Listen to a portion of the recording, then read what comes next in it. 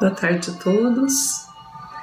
Vamos aqui novamente, em nome de Deus e de Jesus, nos reunirmos para a nossa palestra sobre desobsessão, nessa quarta-feira, para que a gente possa refletir, né? Aprendendo com esses ensinamentos, desses espíritos amorosos que trouxeram inspiração, né? Psicografando às vezes páginas desses livros maravilhosos que a gente tem ao nosso alcance, e assim cumprindo a nossa missão de evoluirmos, de progredirmos, de sermos felizes e fazermos outras pessoas felizes também. Que o Pai da Vida nos auxilie, que nós possamos aproveitar cada momento, né, dessa nova jornada. Estamos iniciando um ano, né? E aí nós percebemos o quanto temos ainda a andar, né? A caminhar nessa evolução. Permita a Jesus o amparo e o auxílio sempre, para que nós possamos vigiar os nossos pensamentos, analisar com discernimento tudo o que estamos fazendo, corrigirmos, né, os nossos erros a cada aprendizado, a cada passo que damos frente ao conhecimento, que possamos absorver esse conhecimento e praticar, mudando a nossa rota, mudando a nossa sintonia, né? E a todos que estão nos ouvindo, o amparo e o auxílio de Deus e de Jesus, que todos possam ser socorridos, Senhor, em seus momentos de aflição, de necessidade, nessas reflexões onde temos que colocar o dedo na nossa ferida. Sabemos que temos muito a fazer ainda. Ajuda-nos, Pai. Nós estamos aqui querendo essa modificação. Ampare a todos. Pai nosso que estais nos céus, santificado seja o vosso nome. Venha a nós o vosso reino, seja feita a vossa vontade, assim na terra como no céu. O pão nosso de cada dia nos dai hoje, perdoai as nossas dívidas, assim como nós estamos tentando perdoar aqueles a quem achamos serem os nossos devedores. E não nos deixeis cair em novos erros, livra-nos de todo o mal, que assim seja, graças a Deus e a Jesus. Então vamos lá, nós estamos no nosso estudo, né, falando sobre o livro Obsessão e Desobsessão da Sueli Caldas Schubert, onde a gente aprende muito, né, porque ela aprofunda os ensinamentos que já tivemos também no primeiro livro que nós acompanhamos, que é o Desobsessão do Chico Xavier, psicografado, né, pelo espírito André Luiz. Muito aprendemos naquela ocasião. E agora nós estamos esmiuçando os assuntos, né, para entender melhor. Mas sempre a base é o livro Desobsessão do Chico Xavier, né? Muito ensinamento lá. Nós começamos na semana passada falando sobre obsessão, que as suas várias formas de expressão desse mesmo problema, né? Começamos pela obsessão de encarnado para encarnado. E nós aprendemos que isso é constante. Às vezes nós não nos vigiamos e quando vamos ver, queremos dominar, que a obsessão é isso, é dominar o outro através da nossa influência. Então, tem também do encarnado para desencarnado, que já falamos semana passada, e nessa semana vamos falar do desencarnado para desencarnado, né? Então vamos lá. Os espíritos obsediam espíritos desencarnados que dominam outros desencarnados. São expressões de um mesmo drama que se desenrola tanto na Terra quanto no plano espiritual inferior. As humanidades se entrelaçam, as dos seres incorpóreos e a dos que retornaram à carne. Situações que ocorrem na crosta são, em grande parte, reflexos da Odisseia, né, da nossa andança enquanto espírito que se desenvolve no espaço e vice-versa.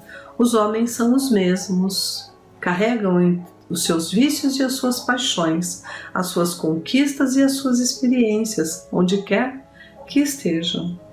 Por isso há no além-túmulo obsessões entre espíritos, por idênticos motivos de que ocorrem na face da Terra. Como nós já falamos, o plano espiritual não é diferente daqui do plano material, né? Se nós estamos num nível, vamos continuar naquele nível. Ninguém vira santo depois que desencarna, né? Se nós estamos num planeta de provas e expiações, é degrau a degrau que vamos progredindo, aqui e lá, de acordo com a nossa mudança do nosso comportamento, aumentando o nível do nosso moral. Isso sim nos modifica.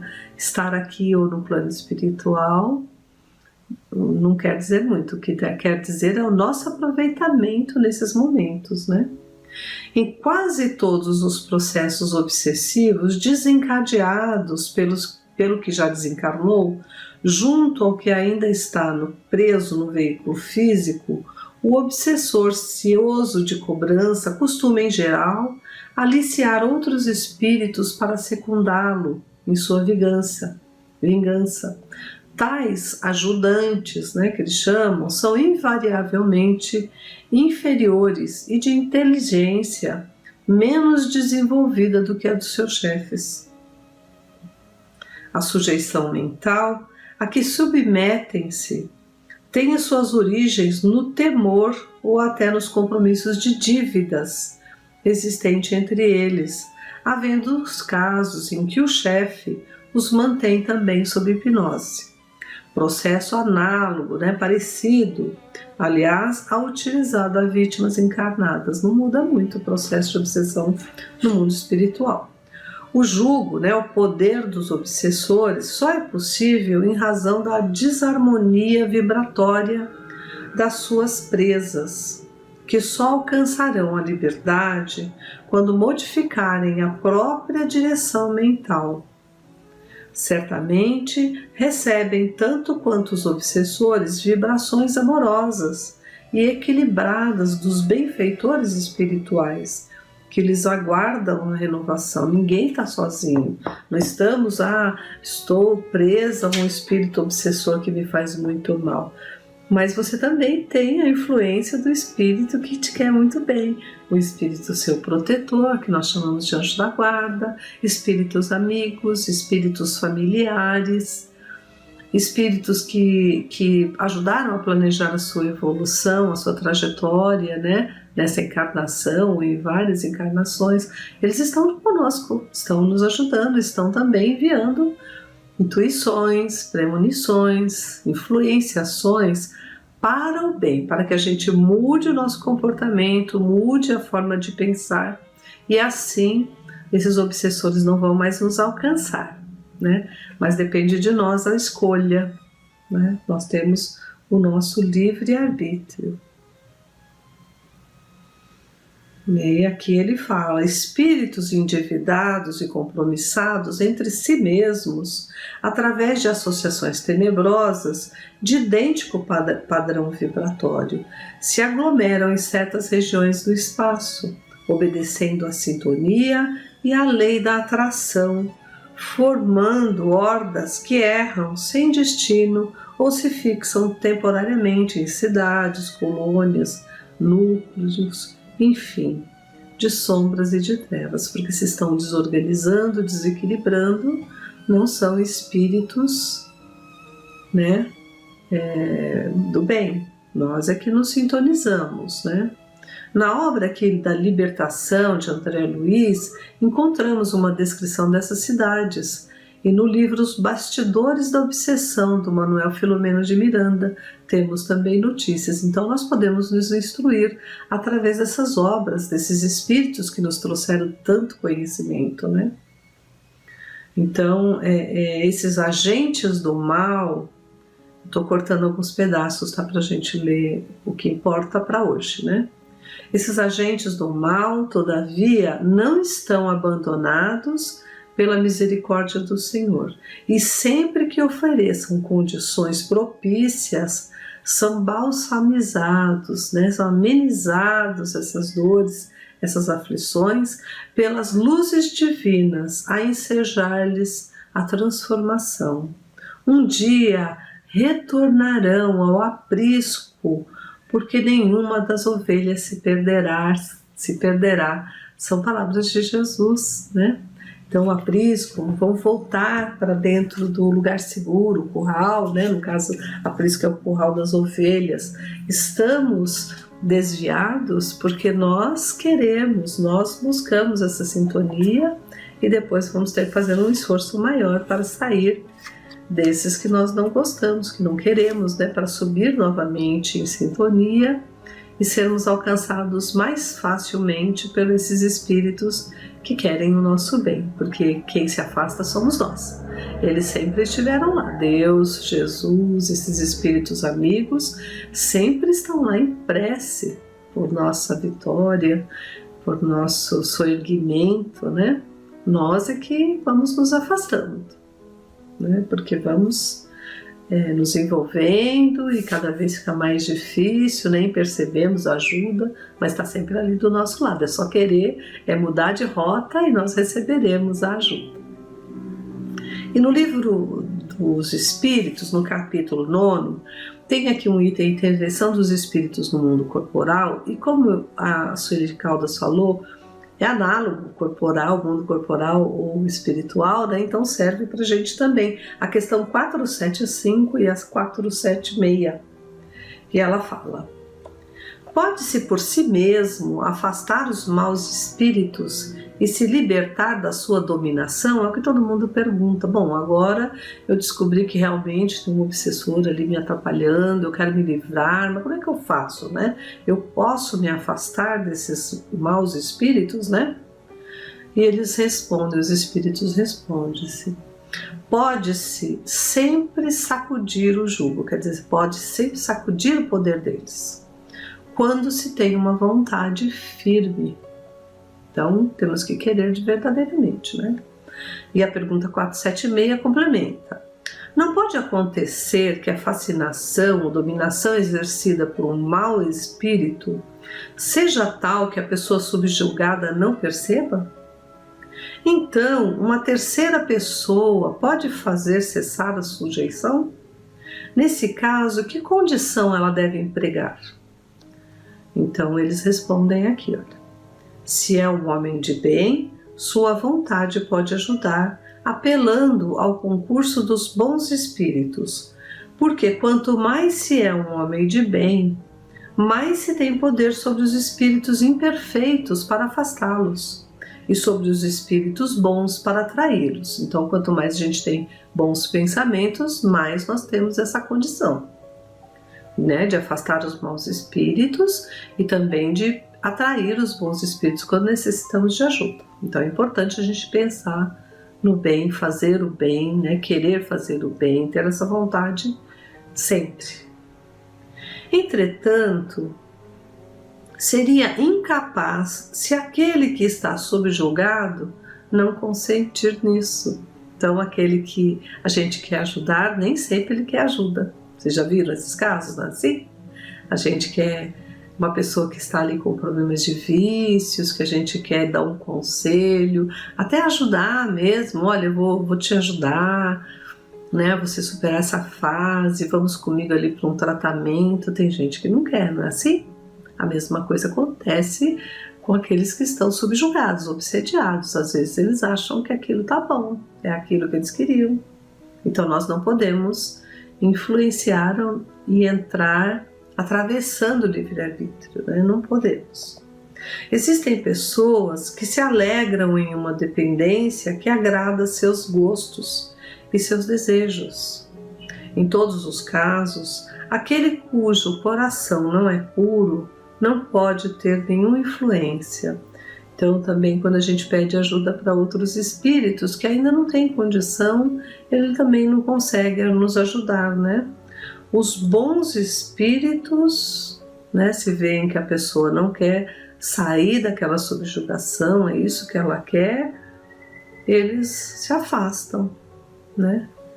E os maus não temem, então vão se juntando cada vez maus espíritos, né, a dominá-lo uns aos outros ali, a criar uma influenciação que a gente chama de obsessão, né? Então é uma situação que nós vamos aí construindo também, né? E eu trouxe do Evangelho segundo o Espiritismo, no capítulo 20, tem a missão dos espíritas. E eu peguei o item 4, Erasto, Paris, 1863, eu vou falar um trecho dele, né? Então, não percebeis, desde já, a formação da tempestade que deve assolar o velho mundo e a reduzir a nada a soma das iniquidades terrenas? Bendizei o Senhor, vós que tendes fé na sua soberana justiça, e que os novos apóstolos da crença revelada pelas vozes proféticas superiores e de pregar o dogma da nova reencarnação e da elevação dos espíritos, segundo o bom ou mau desempenho de suas missões e a maneira porque suportaram as suas provas terrenas. Então veja que tudo está relacionado ao tanto de bem e de mal que nós fazemos. Esses sofrimentos todos já poderiam ter sido diminuídos se nós tivéssemos mudado, alterado o nosso curso do nosso comportamento, dos nossos pensamentos, das nossas ligações, né? Deixai de temores. As línguas de fogo estão sobre as vossas cabeças. Verdadeiros adeptos do Espiritismo, vós sois os eleitos de Deus. Ide e pregai a palavra divina. É chegada a hora em que deveis sacrificar os vossos hábitos, os vossos trabalhos, as vossas futilidades à propagação. Ide e pregai. Os espíritos elevados estão convosco. Falarei certamente a pessoas que não quererão escutar a palavra de Deus, porque essa palavra os convida incessantemente ao sacrifício.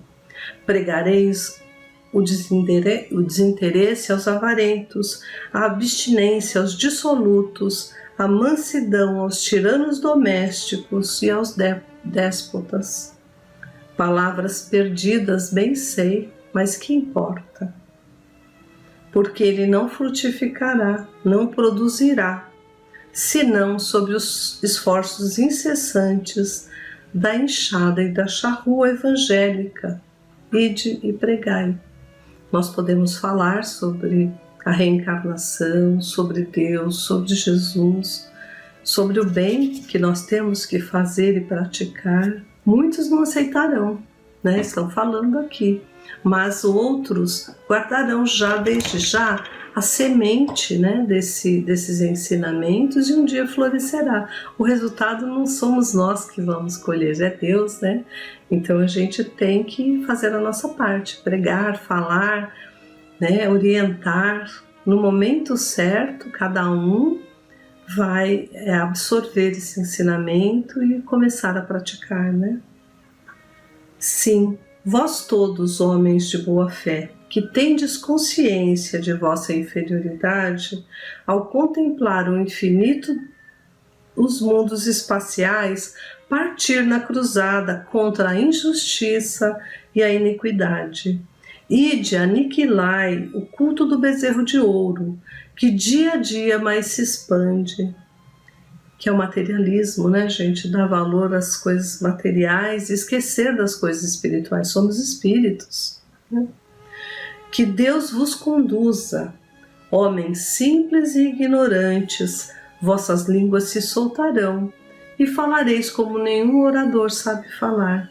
E de pregai, que as populações atentas receberão com alegria as vossas palavras de consolação, de fraternidade, de esperança e de paz. Que importam as ciladas que armarem no vosso caminho?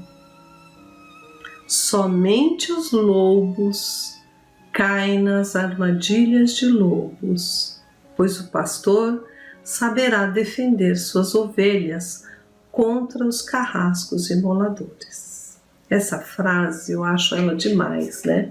Somente os lobos caem em armadilhas de lobos. Vocês sabiam que os lobos só saem à noite? Eles gostam de correr riscos, né? Então eles vão, não gostam do sol, né? Da ardência do sol, do calor. E eles sabem que a noite é mais perigoso. Os lobos têm aumentado em quase 200 vezes o olfato e a audição. Então eles conhecem todos os perigos da mata à noite, né? Mesmo assim eles preferem sair na escuridão. Eles poderiam sair durante o dia. É raro a gente ver um lobo durante o dia. Por isso que essa frase, né, que Jesus utilizou para dar como exemplo para tantas pessoas, né?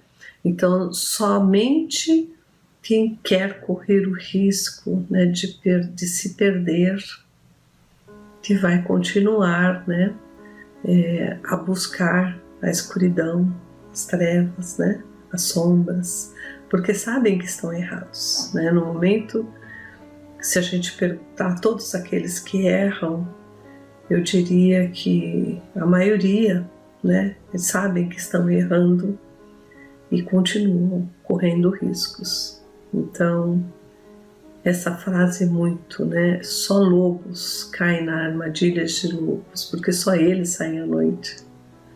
Né? Muitos animais se escondem à noite porque sabem que não devem correr o risco. Então, a gente tem que se armar, né, de fazer o bem, para termos companhias boas, bons espíritos a nos acompanhar. Nós temos que pensar no bem para nos ligarmos a esses benfeitores espirituais, a Deus e a Jesus cada vez mais. E nós temos que praticar o bem, porque não basta só falar, é necessário fazer. Porque há muitos que não conhecem o bem. E o nosso exemplo, né? Não só na fala, não só na pregação, né? É no fazer, no nosso exemplo, na nossa obra, é quando fala mais alto, né? O que Jesus queria dizer ao mundo, que o amor transforma tudo, que o Evangelho traz essa consolação, essa fé, esse conforto espiritual, mas depende do nosso esforço, depende da nossa vontade firme de mudar, que conseguiremos entrar nesse caminho. E na primeira palestra do ano, é isso que eu desejo a todos vocês, que Deus esteja presente o ano inteiro em nossas vidas, que Jesus seja o nosso pastor. Ele já tinha falado que não vai perder nenhuma ovelha que Deus lhe enviou. E nós somos estes que Ele falou, que prometeu que nos levaria até Deus. É assim que nós vamos encerrando hoje, né? Lembrando que eles estão conosco e que nós só querermos a mudança, eles vão nos ajudar. Todos nós temos essa condição. Um grande abraço, um grande ano para todos, com muita fé, com muita esperança, com muito amor, trabalho, né? Saúde, paz, para que a gente possa entrar no caminho correto. Então vamos à nossa prece final. Pai nosso, que estais nos céus, santificado seja o vosso nome. Venha a nós o vosso reino, seja feita a vossa vontade, assim na terra como no céu.